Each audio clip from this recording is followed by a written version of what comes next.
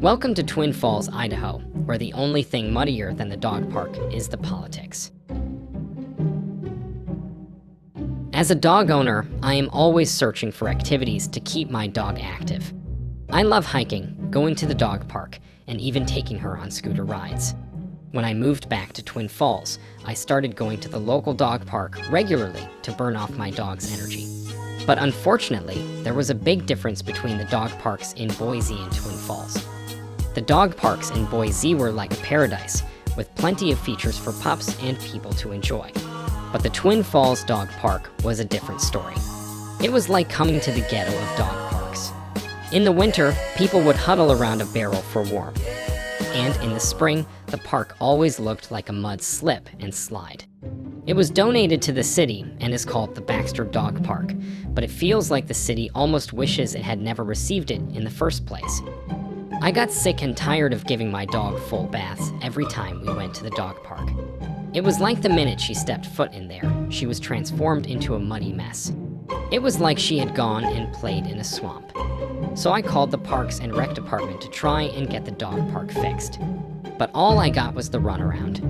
No matter how much I complained, no real action was ever taken to fix the complex issues that needed funding to be resolved.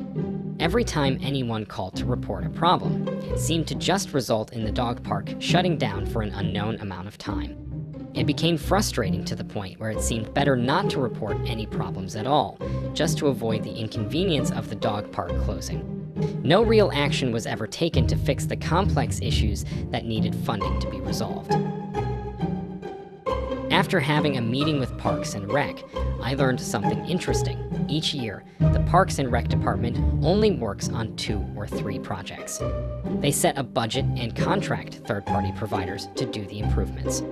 Upon learning this, I immediately requested to be on the agenda to present to the Parks and Rec Committee. But unfortunately, they had already picked out their projects for the year, and the dog park was going to be neglected once again. And we just wanted to share our concerns and ideas with you.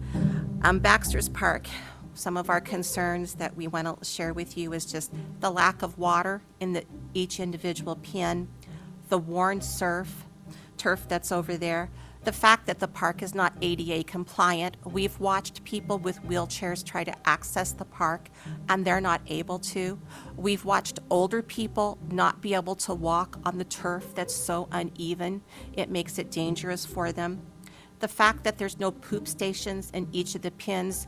If you want people to clean up the mess, you've got to provide them the supplies and make it easy for them. I wish it wasn't that way, but that's just the facts. The fact that there's no place that you can safely unleash and leash your dog. We need to have corrals where people are, before each pen, where people are able to walk in and leash and unleash their dogs. If you see this right now, the gates are at the corners of the pens. That just make the dogs want to all go right there and greet the other dogs. I watched a person be knocked down by the dogs. It wasn't as an accident and she wasn't hurt, but we've watched that happen. The fact that there's lack of seating. There's a table in each pen and a bench. I've watched people sit on the ground there, on the grass. This is a dog park. That is not a place to be sitting, okay? The lack of shade for both people and dogs. And the entry. I mean, we were not able to access the park during the winter. And with 2 herding dogs, having that ability to run your dogs, because our dogs need to run on a regular basis. When you're not able to access it because it's icy, muddy, wet. But again, we're grateful for the dog park. We really are. And we just want to make it a better place. We visit with a lot of people at the dog park who are passing through. They're just driving through. They need to stop. We visited with people from Washington, Utah, Oregon, New York, Michigan. They're there to exercise their dogs, and that may be the only opportunity that they stop in Twin Falls, and we'd like to be able to put forth a better place for them to visit. The bigger issues are obviously the mud. It's pretty bad, and I've seen people's shoe get stuck, you know. We do deal with wind, snow, and rain out in the open, so any type of shelter would be a great improvement because, you know, like even yesterday it was like 20, 30 miles per hour, and there's like 20 people out there, you know, just all huddled in a circle, basically.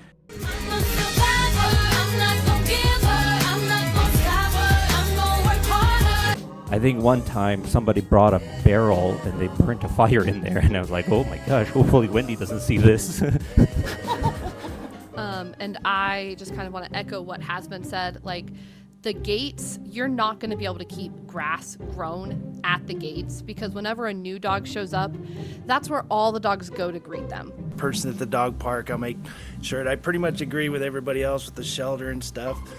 And then I also believe that maybe concrete and stuff, but I also noticed that sometimes the mud ends up in one of them because of the way the sprinklers come on, because of the lower water on one side of the dog park constantly to make them puddles. But other than that, you know, I'm proud to have a dog park too, you know, because my dog's the only dog and needs to socialize. But unfortunately, they had already picked out their projects for the year, and the dog park was going to be neglected once again. But that didn't stop the Culvers, a group of dog park supporters. They figured out that each year, the city has about $700,000 that the city council spends on projects each year, so they went to represent the dog park and advocate for its inclusion on the list. We are here tonight to support the budget request for Baxter's Park. Since we've been in a rental for the past 18 months, we've used the park quite a bit over there, and it has been loved to death. That's the only way I can explain it. I want to say that Baxter Park can be a focal point, one of the many focal points for Twin Falls. We meet with people from all over the country. They have their pets, and they want to meet the community. They want to let their pets run with other dogs, and we meet all types of people. We socialize. And this park broadens the spectrum, social economic, in that young and old can meet, socialize, see all types of breeds of dogs, and we could do better. And guess what? The city council voted in favor of fixing the dog park, except for one member, Chris Reed. As much as I wish they had voted to get the dog park fixed right away, it's now in the design phase. That means nothing will get done until maybe 2024 or 2025. Unfortunately, Chris Reed voted no on the resolution to fix the dog park. Hey, Aaron, roll call vote, please. Vice Mayor Reed, No. Nikki Boyd, Yes. Craig Hawkins, Yes. Jason Brown, Yes. Spencer Cutler, Yes. Mayor Pierce. Yes. Motion passes 5-1. Thank you, everyone. Fuck. All right, make a note to myself. Arnell's gonna come after me. This is not good. I'm fucked. Oh, Some say it's because he's allergic to dogs. Others say it's because he's a cat person. But the real reason: when Chris was just a kid, he was bitten on the butt by a neighbor's dog.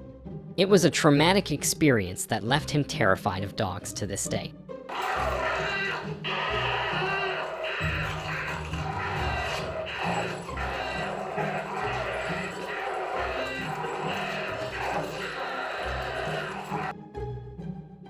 But despite Chris Reed's fear of dogs, the rest of the city council saw the importance of a well-maintained dog park.